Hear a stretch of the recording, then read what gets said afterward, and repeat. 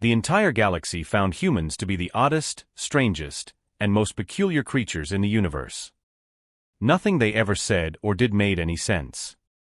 I recalled all the things these crazy apes did. I remember the time during one of their wars, a fractious species the likes of which we had never seen much of before. They had fully told the rest of the galaxy they intended to wage a small skirmish and that they were dead serious about nobody interfering, promising retaliation. They were slugging away in a backwater system when out of the blue a small civilian cargo ship burst into the battle from hyperspace. It cried out for emergency support. The human fleets in that battle, well known to be absolute mortal enemies, mind you, suddenly disengaged, then flew side by side to go help the crippled ship. After helping said ship and paying for the ship to be shackled and towed to a dry dock for repairs, the human fleet simply restarted their war music and resumed shooting each other. The humans outside the conflict simply laughed at it, and the rest of the galaxy spent the next few months with the phrase "a dock" being the only thing ever said. Another scenario is when a human marine, one of humanity's warrior caste, single-handedly led an entire Serantis infantry division to charge a Menantis battle line. The crazy part was that it actually worked. Apparently, he was bored of being barked at by his sergeants. The Sesh and Marine were two subsets of the same species, sharing a fractional line across two separate gene lines, and had come to blows in a mining dispute that had lasted centuries. If you want a human analogy to this, think of the Democrats and Republicans and their long-standing war, both the same country, both the same kind of silly. They were a highly honor-bound traditionalist species that valued discipline and duty above all else. They held significant sway over the futures of the galaxy's body politic, but could, for the life of them, never settle any disputes, mostly using tactics and weapons that humans found to be archaic and suicidal. Though few casualties were ever reported in their skirmishes, battles between them would last hours, skirmishes would be months in between, and it would all be decided during the battles. Both sides held the equivalent of laser muskets and would fire a single shot at one another. They would then break formation and fight each other in singular combat until there was a victor. The human apparently had long since dispensed with this practice and, from what I hear, actually had to stop themselves from laughing upon hearing it. There was in one such battle a human, not a marine per se but rather a star pilot, who crashed on the planet and in exchange for repairing his ship, was drafted to serve. The human marine, apparently tired of the formation line and long-windedness of his commanding officer, broke ranks, charged the Menantis main battle line, and somehow made it to the end. He never fired a shot. He instead climbed up into the trenches and pounced on the enemy commander.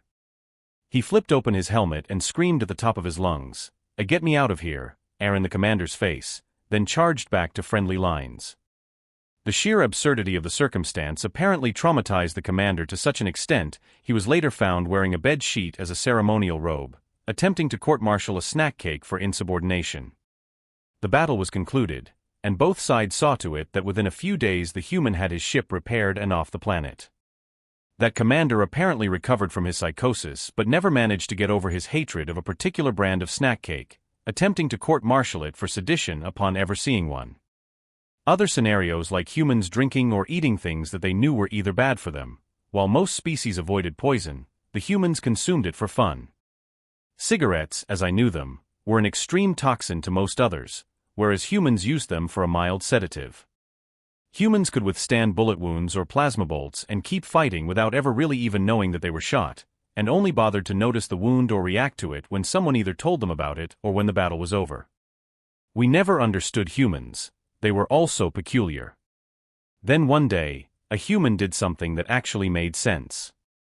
Ordinary day in the half, looking over a refiner control panel, checking temperatures.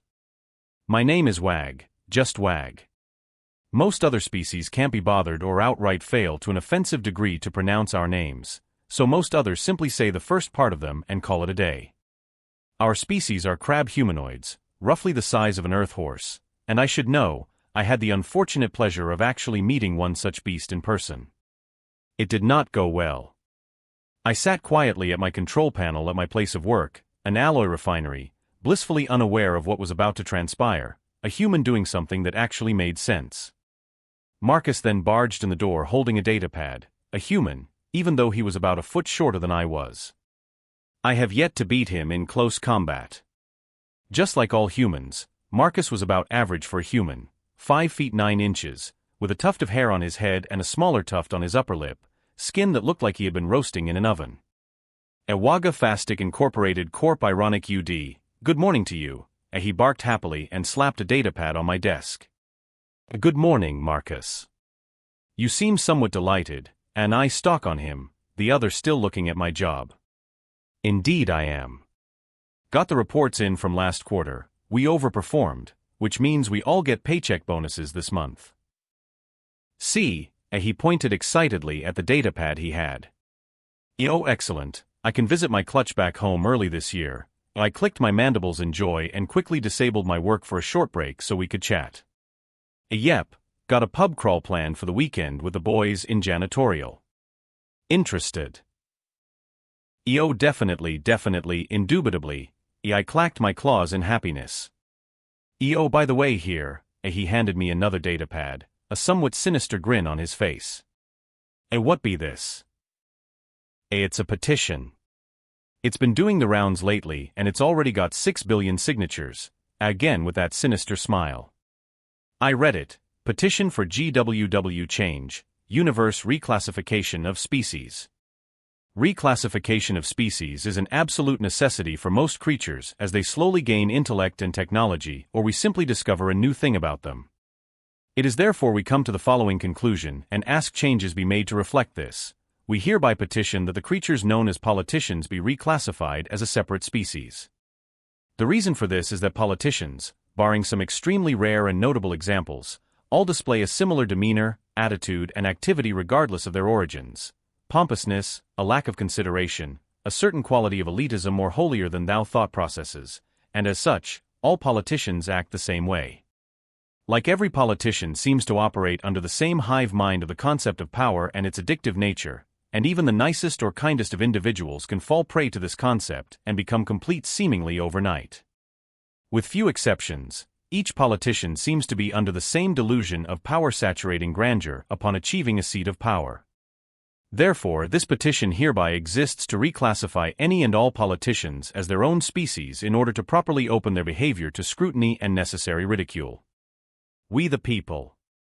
I looked up at him. He simply smiled down at me. I signed the document, and he retrieved the datapad. Both of us looked at each other for a bit, then burst into a fit of hysterical laughter. After a while, we said goodbye and would likely meet up later for drinks after work. That right there was the only time a human did anything that actually made sense. Well, not the only time actually, but that, for me at least, was the best one.